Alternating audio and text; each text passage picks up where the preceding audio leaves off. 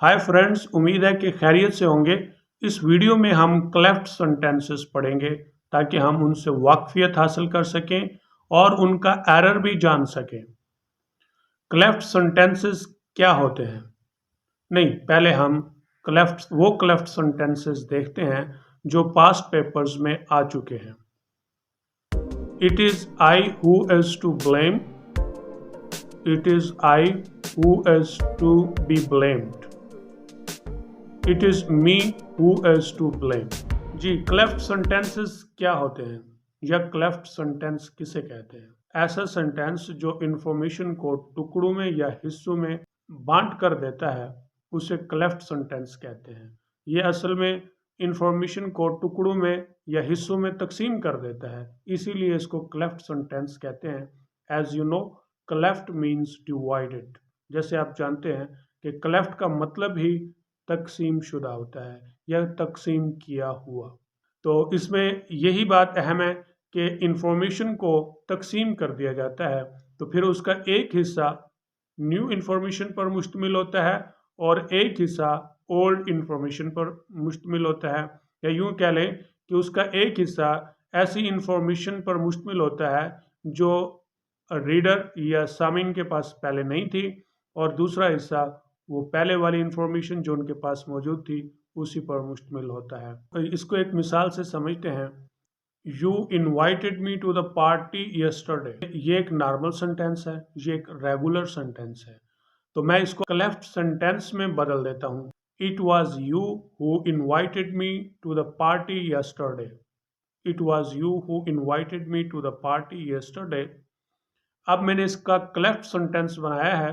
देखिए, it was you, एक हिस्सा ये हो गया, who invited me to the party, और दूसरा हिस्सा ये हो गया। अच्छा, पहले वाला हिस्सा ये एक न्यू इंफॉर्मेशन दे रहा है। न्यू कैसे है? वही पुरानी तो है नहीं। ये न्यू इसलिए है कि इसमें उसने एक वर्ड को एम्फिसाइज किया है। इसमें उसने एक वर्ड को एम्फिसाइज किया है, वो है यू। यानी उसको एक यू को नए अंदाज से पेश किया है, एक नए तर्ज पर, एक न्यू स्टाइल या न्यू इंफॉर्मेशन के साथ। इट वाज यू, ये तुम हो, मतलब कोई और नहीं, फलां भी नहीं, फलां भी नहीं, सिर्फ तुम हो। Who invited me to the party. अब ये नहीं इंफॉर्मेशन है कि it was you who invited me to the party yesterday. जी, इसे क्लेफ्ट सेंटेंस कहते हैं कि वो सेंटेंस जो दो हिस्सों में तकसीम किया जाता है। एक हिस्से में न्यू इंफॉर्मेशन यानी अहम बात की जाती है, जबकि दूसरे हिस्से में रिलेटिव क्लॉज होता है। तो अब हम इसकी जो है ना टाइप्स की बात कर लें। क्लेफ्ट सेंटेंसेस की तीन टाइप्स होती हैं। क्लेफ्ट सेंटेंसेस की तीन टाइप्स होती हैं। It cleft sentences, WH family cleft sentences, all cleft sentences, the word all cleft sentences। ये तीन टाइप्स हैं, लेकिन हम आज सिर्फ इट क्लेफ्ट सेंटेंसेस की ही बात करेंगे क्योंकि ये इसका एरर भी सिर्फ इसी का आया है। बाद में एक तफसीली वीडियो रिकॉर्ड कराएंगे जिसमें क्लेफ्ट सेंटेंस की डेफिनेशन और उसकी टाइप्स डिटेल के साथ डिस्कस की जाएंगी। अब हम आते हैं इट क्लेफ्ट सेंटेंसेस पर। इसकी पहले भी हम एक मिसाल कर चुके हैं। मजीद मैं आपको इसका स्ट्रक्चर बता देता हूं कि इट क्लेफ्ट सेंटेंस का स्ट्रक्चर क्या होगा। It cleft sentences it cleft sentence का स्ट्रक्चर दो हिस्सों पर मुश्तमिल होगा। पहला हिस्सा, पहला पार्ट या पहला क्लॉज जो है ना वो इट पर मुश्तमिल होगा, यानी इट प्लस बी। बी से मुराद ये वर्ब है, और ये वर्ब आपने टेंस के हिसाब से लगाना होगा। अगर आप प्रेजेंट यानी आप प्रेजेंट की बात कर रहे हैं तो प्रेजेंट के हिसाब से वर्ब लगाएंगे। अगर आप पास्ट की बात कर रहे हैं तो पास्ट के हिसाब से वर्ब लगाएंगे। तो इट के बाद आपने यानी वर्ब लगाना है जो टेंस के हिसाब से लगाएंगे, और उसके बाद इम्पोर्टेंट वर्ड यानी अहम लफ्ज लगाना है जिसे एम्फिसाइज किया गया है और उसको एम्फिसाइज करके एक न्यू इंफॉर्मेशन बनाई गई है, वो आपने वर्ड लगाना है। उसके बाद आपने रिलेटिव क्लॉज लगाना है, और रिलेटिव क्लॉज आप जानते हैं जो रिलेटिव प्रोनाउन पर मुश्तमिल होता है, और रिलेटिव प्रोनाउन हु, दैट, विच हैं।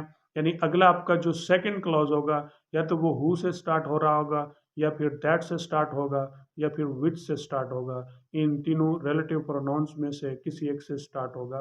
तो ये इसका स्ट्रक्चर था। अब हम क्लेफ्ट सेंटेंस के एरर की बात करते हैं कि क्लेफ्ट सेंटेंस का एरर कैसे आता है। क्लेफ्ट सेंटेंस का एरर अमूमन सब्जेक्ट वर्ब एग्रीमेंट के तौर पर आता है, यानी जो सब्जेक्ट के हिसाब से वर्ब आपने दुरुस्त लगाना होता है, जो कि अमूमन गलत होगा। कैसे कि it plus be plus important word. पहले हिस्से में इट के बाद तो आपने प्रेजेंट पास्ट के हिसाब से जो वर्ब लगाया वो लगा दिया, इट के हिसाब से लगा दिया। प्रेजेंट है तो इज लगा दिया, पास्ट है तो वाज लगा दिया, या कोई और टेंस होगा इंडेफिनेट का वो भी आप उसके हिसाब से लगाएंगे। तो अब जब इंपॉर्टेंट वर्ड के बाद जब रिलेटिव क्लॉज शुरू होता है रिलेटिव प्रोनाउन से, लेकिन जो हमने रिलेटिव प्रोनाउन के बाद वर्ब लगाना है वो उस इंपॉर्टेंट वर्ड के हिसाब से लगाना है जो रिलेटिव प्रोनाउन से पहले आया है। दोबारा से सुने, हमने रिलेटिव प्रोनाउन के बाद जो वर्ब लगाना है वो इंपॉर्टेंट वर्ड के हिसाब से लगाना है, उसके साथ मैच करके लगाना है। तो यही जो है ना एरर आता है इसका, तो इस पर ध्यान रखिएगा। It is I who has to blame, it is I who am to blame, it is I who has to be blame, it is I who am to be blame. ये दो मुख्तलिफ स्ट्रक्चर आपको देखने में आई हैं, तो ये दोनों दुरुस्त हैं, एक एक्टिव वॉइस में और दूसरी पैसिव वॉइस में है। क्योंकि ब्लेम जो है ये ट्रांजिटिव वर्ब है, ये एक्टिव वॉइस और पैसिव वॉइस दोनों में पॉसिबल है। तो ग्रामर के लिहाज से इनमें कोई गलती नहीं है, अलबत्ता कंसेप्ट में थोड़ा सा डिफरेंस आता है। It is me who is to blame, it is I who am to blame. Thanks for watching, take care, see you on next video.